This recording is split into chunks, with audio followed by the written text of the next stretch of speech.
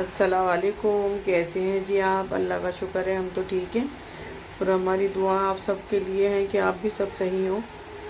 तो जी आज की व्लॉग की शुरुआत कहाँ से कर रही हूँ? मैं कर रही हूँ दोपहर के खाने से।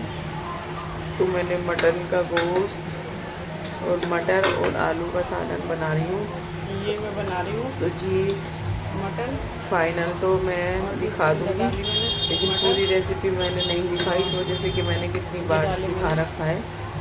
तो वही बेसिक सी रेसिपी है। मैंने मटन को लिया, वॉश किया, भगोने के अंदर डाल दिया, लहसुन प्याज अदरक का पेस्ट बनाया, ग्राइंडर में पीसा मिक्सर में और वो डाला। फिर मैंने धनिया हल्दी मिर्ची नमक वो डाल दिया और रिफाइंड देसी घी जो भी आप खाते हो वो डाल दिया और फिर अपने अपने मटन को भुनने के लिए छोड़ दिया।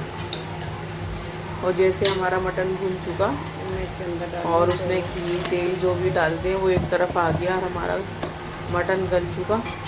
फिर हमने उसके अंदर डाल दी सब्ज़ी, ये गरम मसाला और हरा धनिया और पानी डाल दिया जितना कि हमें शोरवा भी रखना है। ये और है गरम हमें मसाला। पानी, आलू भी हमारे गलेंगे, मटर भी हमारा गलेगा। तो मटर ना आजकल वैसे तो सही थी मटर, वो नहीं थी ज़्यादा ख़राब वाली, लेकिन फिर मैंने ऐसे किया जैसे कि मेरा मटन गलने वाला था तो मैंने उसी टाइम भुनाई से पहले मैंने मटर डाल दिया था। मैंने कहा कुछ ये भुनाई में मटन के साथ ही गल जाएंगे।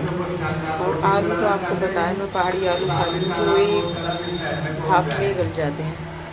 तो ये मेरा सालन है और सालन मुझको बहुत अच्छा लग रहा है, माशाल्लाह बहुत अच्छा लग रहा है। और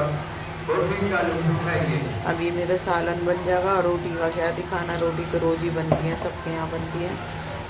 तो वैसे ना मुझे इस सालन से चावल बहुत पसंद है, लेकिन मैं भूल गई थी, मैंने बनाई नहीं। और वैसे भी मेरे गले में इशू चल रहा है कि मेरा गला बहुत ख़राब हो जाता है आए दिन। जब से मुझे थायराइड हुआ ना तो बस बहुत कम गला, पहली बात तो कभी सही नहीं होता और अगर खांसी गला ना दुखना ये रुक जाता है। तो ये हो गया मेरा फाइनल लुक सालन का। और बेटी कह रही थी कि अम्मी मुझे खाना दे दो, तो मैंने कहा चलो ना डोंगे ना में सालन कर दिया था और मैंने इसकी एक पिक भी, एक वीडियो भी बना ली थी। तो ये बन गया मेरा सालन। और थोड़ा सा खाना बनाने के बाद किचन भी मैसी मैसी सा हो रहा था और मैंने टेबल पर बैठ के यहाँ सब्जी वब्जी भी काटी थी। तो यहाँ भी थोड़ा मैसी मैसी सा हो ही जाता है शाम को, जब हम काम करके फारिग होते हैं तो गंदा सा हो ही जाता है। तो बस फिर वो रोज़ तो नहीं आती, दोनों टाइम तो नहीं आती, मेरी हेल्पर एक ही टाइम आती है। तो थोड़ा फिर शाम को मुझे ही करना पड़ता है। तो मैंने क्या चलो मैं लगा लेती हूँ झाड़ू। और आपके यहाँ सर्दी कैसी चल रही है? मेरे यहाँ तो ये हो रहा कि अभी एसी तो बंद नहीं हुआ, एसी तो चल ही रहा है और गर्मी से ऐसी राहत नहीं मिली अभी। गर्मी तो है, दिन में भी पंखों में गर्मी लगती है और रात को एसी के बगैर नहीं रहा जाता। इस वजह से कि सबके मकान आजकल कवर्ड होने लगे ज़माने को देखते हुए। और मैं तो ये सोचती हूँ कि कौन सा ज़माना ऐसा होगा जो सब खुले मकान में रह लेते। तो मुझे तो बहुत दहशत सी लगती है और मैं तो रह ही नहीं पा सकती। मैं तो कभी शादी से पहले जब हमारा घर था मैके में, तो हमारा घर बहुत बड़ा सा घर था। तो हमारे यहाँ सब बहन भाइयों की चारपाई डल जाती थी आंगन में और हम सब सो जाते थे। तो मैं तो खास करके अपनी अम्मी के ही पास सोती थी और शादी के टाइम पर भी और शादी के बाद जैसे कि दोबारा से भेजा नहीं था या कभी जाती थी तो फिर मुझे अम्मी के ही पास नींद आती थी, अम्मी के ही पास सोती थी। तो बस ये मेरी आदत बनी हुई थी और माँ तो माँ ही होती है। अब अपनी अम्मी इतनी याद आती हैं, बेइंतहा याद आती हैं। जैसे शादी के बाद बच्चे हो गए थे तो मैं अम्मी के यहाँ जाती थी तो वहाँ पे पता चला अम्मी तो कहीं बाहर गई हुई है ही नहीं।